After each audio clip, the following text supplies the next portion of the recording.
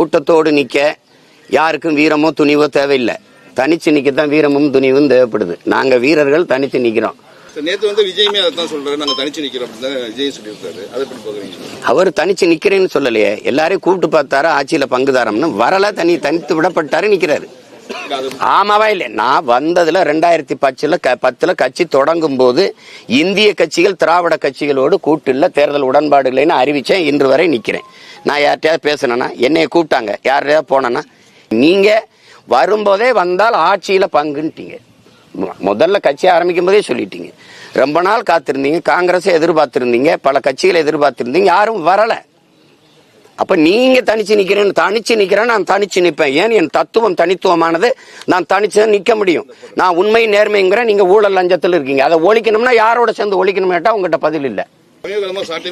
வந்து விஜய் வந்து ரொம்ப கடுமையாக விமர்சனம் பண்ணிட்டு இருக்காரு. அதுக்கும் ஒரு கடுமையான விமர்சனங்கள் எதிர்கட்சி எடுத்து வருது. சாட்டை துறைமுருகன் எப்படி விஜய் ஏன் இவ்வளவு காரசாரமா விவாதிக்கல? இல்ல, அவங்க கட்சியில இருந்து எங்க கட்சியை, எங்க பிள்ளைகளை பேசுறதெல்லாம் நீங்க பாக்குறீங்களா? கல்லறிதான் திருப்பி நம்ம கல்லறியணும் அப்படின்றதும் கல்வி. நீங்க வந்து என்ன ஆயுதம் எடுக்கணுங்கிறத நீ தானே தீர்மானிக்கிற. நீ கண்ணியமா பேசு. நீங்க வாங்கன்னு சொல்லுங்க, நாங்க வாங்கன்னு சொல்றோம். நீ வாடான்னா ஆமா வா என்னடா அப்படின்னு தான் கேட்போம். நீங்க வெட்ட ஓங்கும் போது விழுந்து கும்பிடுற கோழைகள் இல்லையே நாங்க. நீங்க வெட்டணும்னு நினைக்கும் போதே வெட்டி முடிக்கிற வீர பரம்பரை. நீங்க தேவையில்லாம சேட்டை பண்ணக்கூடாது.